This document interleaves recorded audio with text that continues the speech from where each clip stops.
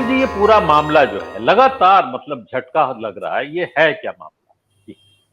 नहीं, ये तो अभी शुरुआत है, हम इसको ऐसा कह सकते हैं। आप जो कह रहे हैं, जी। जी। जैसे जैसे टिकटों की घोषणा होगी, जैसे जैसे दोनों ही दलों से जब टिकटें घोषित होती चली जाएंगी, बीजेपी ने पहली खेप घोषित की है अपनी 39 सीटों की।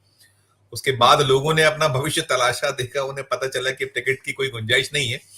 और साथ साथ जो हालात है, मैदानी जो परिस्थितियां हैं, वो भी कहीं ना कहीं ये संकेत दे रही हैं कि इस बार परिस्थितियां थोड़ी बदली हुई हैं और बीजेपी के लिए थोड़ा हालात संकट वाले हैं, मुश्किल वाले हैं।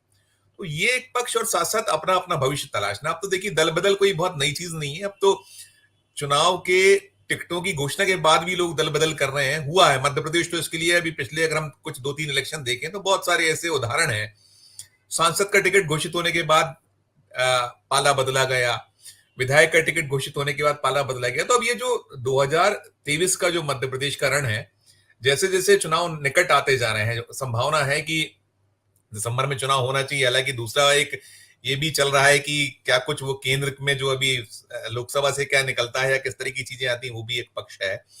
लेकिन इस बीच जो सारी की सारी चीजें हैं, वो संकट जो दिखता है बीजेपी में, जो कठिनाइयां दिखती हैं, और सबसे खास बात यह है कि अब बीजेपी थोड़ा दिशाहीन सी दिखती है। वहां कोई ऐसे लोग नहीं बचे हैं जो जो जाने वाले को रोक सकें। बार बार आप अगर याद करिए, रघुनंदन शर्मा जो बीजेपी राज्यसभा के मेंबर रहे हैं, मध्य प्रदेश में बीजेपी को सजाने संवारने वालों में शामिल रहे हैं, जनसंघ के संस्थापकों में शुमार रहे हैं, कुशाभाऊ ठाकरे, प्यारेलाल खंडेलवाल जैसे लोगों के साथ उन्होंने काम किया है। उन्होंने बड़ी तलखियत से पिछले दिनों बोला था कि कम से कम, कई लोगों ने उनसे कहा, जो जो लोग छोड़ के गए, पूर्व विधायक छोड़ के गए, कई बड़े कद्दावर लोग छोड़ छोड़ के गए, तो उन्होंने यही कहा कि हमारे पास एक अदद फोन भी नहीं आया। मतलब संगठन कहीं परवाह करता नहीं दिखता है। संगठन, मध्य प्रदेश का जो संगठन है, जो केंद्र के लीडरान यहाँ पूरा देख रहे हैं, उनकी तरफ से कहीं कोई पहल नहीं हो रही।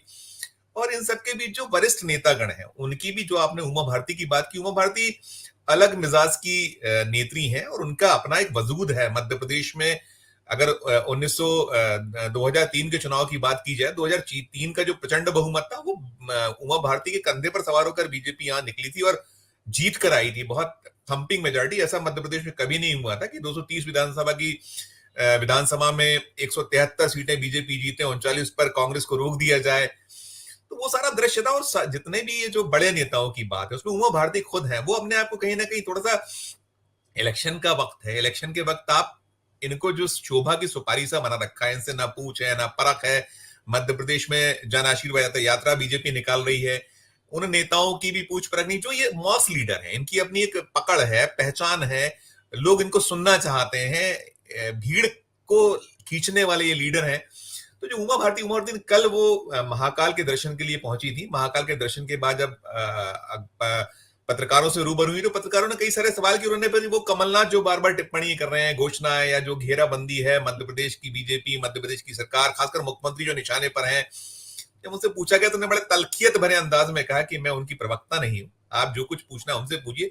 तो ओवरऑल जो अमरीश जी स्थिति है, वो बेहतर नहीं है और दिन ब दिन बदतर हो रही है। खासकर बीजेपी के लिए कठिनाइयां बढ़ती चली जा रही हैं। लोगों का चूमना देखिए, जो बूथ पर बैठने वाला तो कार्यकर्ता होता है, वहां जो उसको वोट को निकालने वाला, कहीं ना कहीं जो उसका अपना प्रभाव वाला व्यक्ति होता है, जब इन सबको इग्नोर करिएगा तो कठिनाई होंगी। मुझे लगता है, जो मैं शुरुआत में मैंने कहा, कि जैसे जैसे टिकटों की घोषणा होगी, बीजेपी की मुश्किलें और बढ़ेंगी। देखिए, अकेले बीजेपी नहीं, कांग्रेस में भी लोग छोड़ छोड़ जा रहे हैं, कांग्रेस के लोगों को सफाई देना पड़ी। लेकिन बहुमत या जो संख्या बल ज्यादा बीजेपी की ओर से लोग कांग्रेस में लौट रहे हैं। जैसे आपने बात की प्रमोद टंडन, जो ज्योतिरादित्य सिंधिया के बड़े खास में शुमार होते हैं, मालवा क्षेत्र से आते हैं, इंदौर में वो जिला कांग्रेस के अध्यक्ष हुआ करते थे। उन्होंने काफी किला लड़ाया बीजेपी से, और वो जब सिंधिया गए थे तो उनके साथ चले गए थे, और उनका भी मन जो है अब भर गया वहां। वो जो खुद सिंधिया जिस तरीके से, उनकी अपनी फहरिस्त है, उनके पास 2-3-4 नंबर है, जो 1 से 10, 1 से 20 तक वही लोग हैं, उनके बाद लोगों की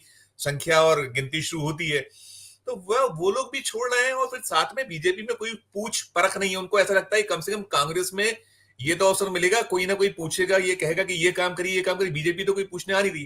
तो जो विभाजन है वहां, सिंधिया के लोग और जो बीजेपी अपनी जो मूल बीजेपी है, तो वो उनका अब कहीं ना कहीं मन जो है भर चुका है, या वो अपने आप को इग्नोर सा फील करते हैं। तो कहीं ना कहीं घर वापसी उनकी हो रही।